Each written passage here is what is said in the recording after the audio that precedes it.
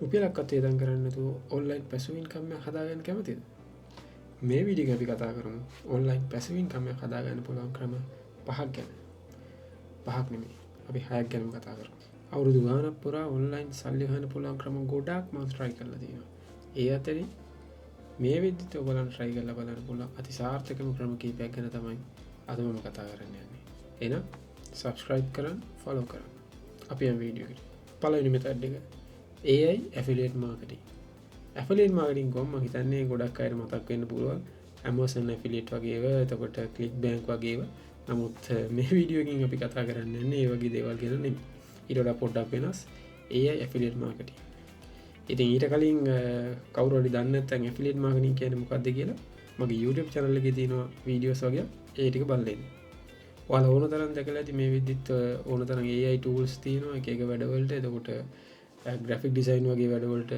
tools තියෙනවා AI එතකොට web designing වැඩවලට තියෙනවා AI tools එක එක field වලට අදාළ ගොඩාක් AI tools මේ විදිහට අපිට වර්තමානයේ ඕන තරම් දකින්න පුළුවන් ඉතින් මෙන්න මේ tools විකුණ ගන්න උදව් කරන එක තමයි AI affiliate marketing වලදී සිද්ධ වෙන්නේ. ඉතින් මේ tools වලට ගොඩාක් ලොකු ඉල්ලුමක් තියෙන වර්තමානයේ.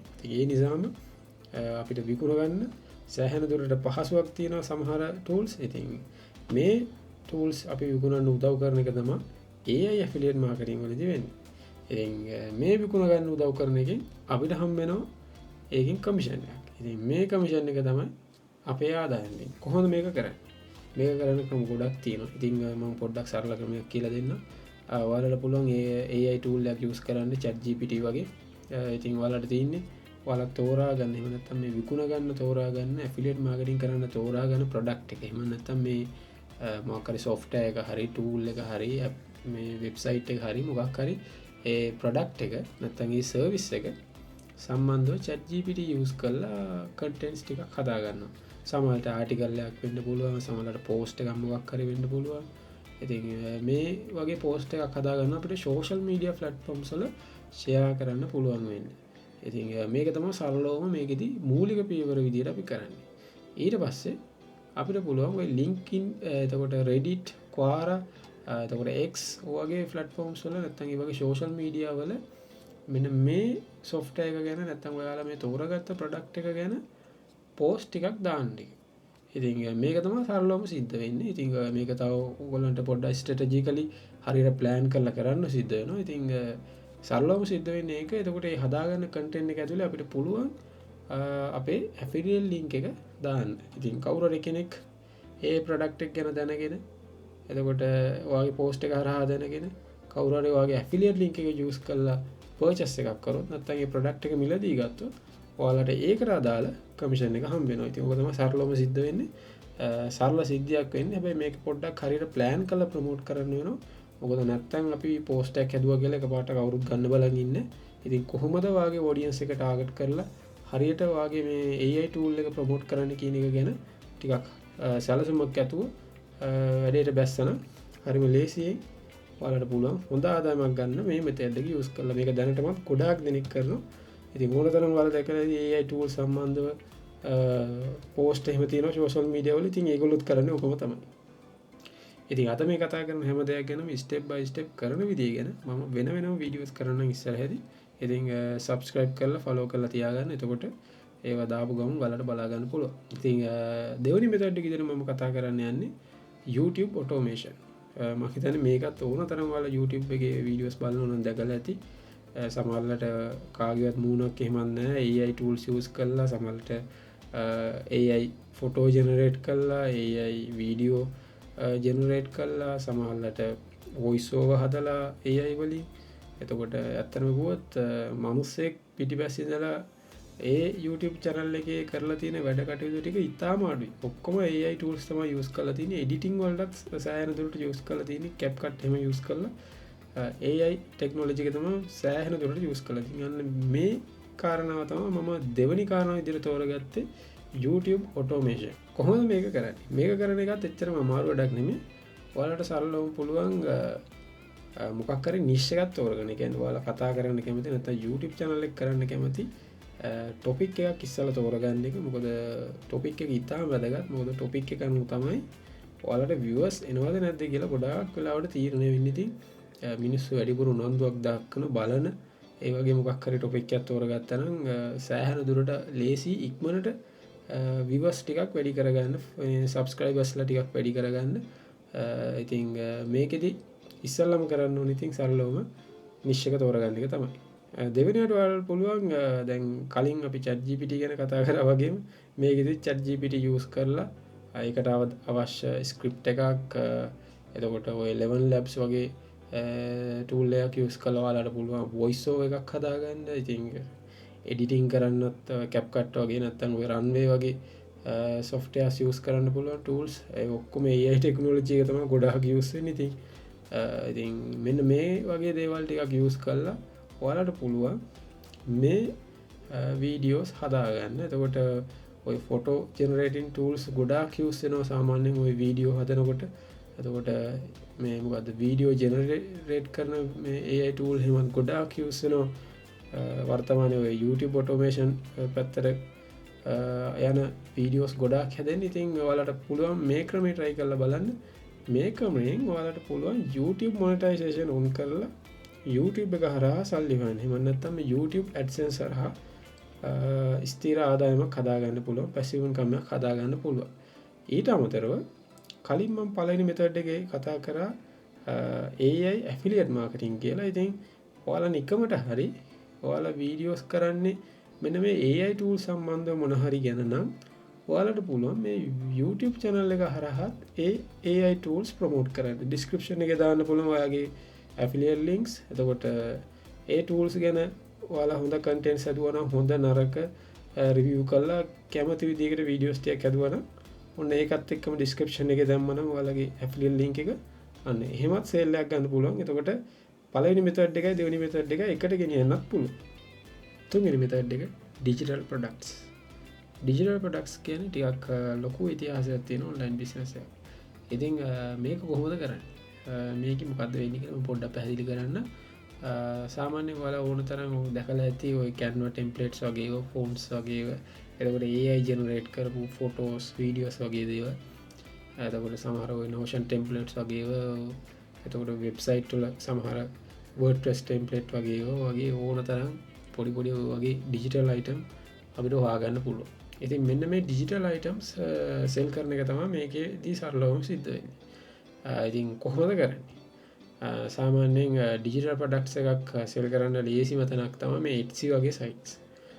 පොඩ්ඩක් ඔක register වෙලා හදාගන්න ටිකක් කරදරයි. හැබැයි වැඩේ කරගත්තට පස්සේ ගැටලුවක් වෙන්නේ නැහැ. එතකොට Etsy වගේ site එක කරන්න නැත්නම් Gumroad වගේ site වල මේ digital products sell කරන්න පුළුවන්. එතකොට ඔය coffee කියලා site එකක් තියෙනවා තව. ඒ site එකනුත් පුළුවන් මේ වැඩේ කරන්න. ඉතින් ඔයගේ sites ගොඩක් තියෙනවා. ඔය දැන් image වගේ දේවල් නම් Freepik වගේ Shutterstock වගේ site වලනුත් sell කරන්න පුළුවන්. ඉතින් ඔන්න ඔයගේ sites වල කොහොමද මේ digital items sell කරන එක තමයි සරලවම සිද්ධ කරන්නේ. දැන් අපි කතා කරොත් Etsy ගැන. Etsy වල ටික ලොකු marketplace එකක් හන්ද ඒකේ කොහොමත් ඉන්න customer base එකක් ඉන්නවා. එතකොට ඒකේ අපේ product එක rank වුණොත් අපිට සරලවම පහසුවෙන්ම අපේ product එකට හොඳ sale එකක් ගන්න පුළුවන්. හැබැයි ඔය Gumroad වගේ sites වල ගත්තොත් පොඩ්ඩක් අපිට වැඩිපුර මහන්සි වෙන්න වෙනවා ඒ product එක sell කරගන්න.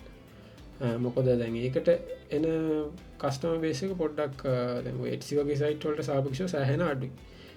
හැබැයි දැන් අපි use කරොත් TikTok වගේ ඒවා Pinterest වගේ sites social media platforms එහෙම use කරලා අපි මේ digital item එක අපි promote කරොත් අපිට පුළුවන් සාමාන්‍යයෙන් එළියේ තියෙන ලොකු customer base එකක් අපේ product එකට ගෙන්න ගන්න. එතකොට එතනින් හොඳ sale එකක් හදා ගන්න පුළුවන්.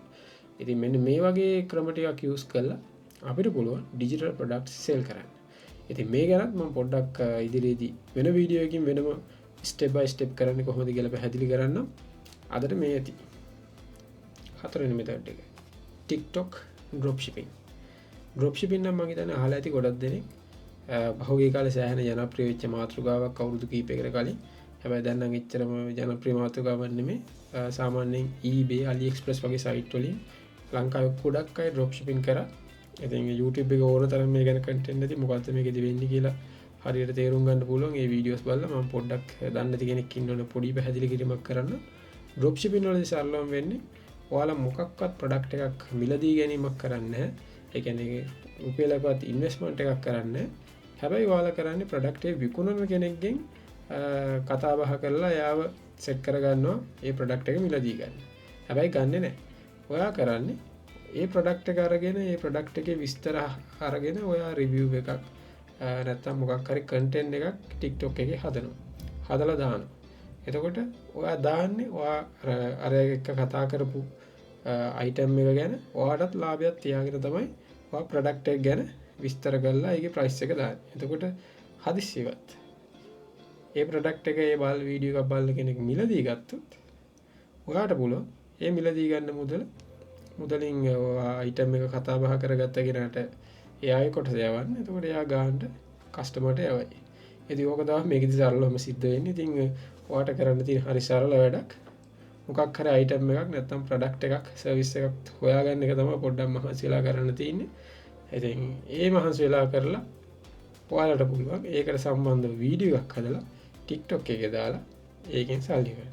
එතකොට TikTok එකේ තව ඔය මොනිටයිසේෂන් on කරගෙන එහෙමත් දේවල් කරන්න පුළුවන්. එතකොට ඒ කන්ටෙන්ට් වලින් සල්ලි ගන්න පුළුවන්. නමුත් මගේ මෙතඩ් එක විදිහට මම කතා කරන්නේ TikTok drop shipping. ඉතින් මේක අතිසාර්ථක මෙතඩ් එකක්. ටිකක් හරියට ප්ලෑන් කරලා කරොත් සෑහෙන ලොකු ආදායමක් ගන්න පුළුවන්.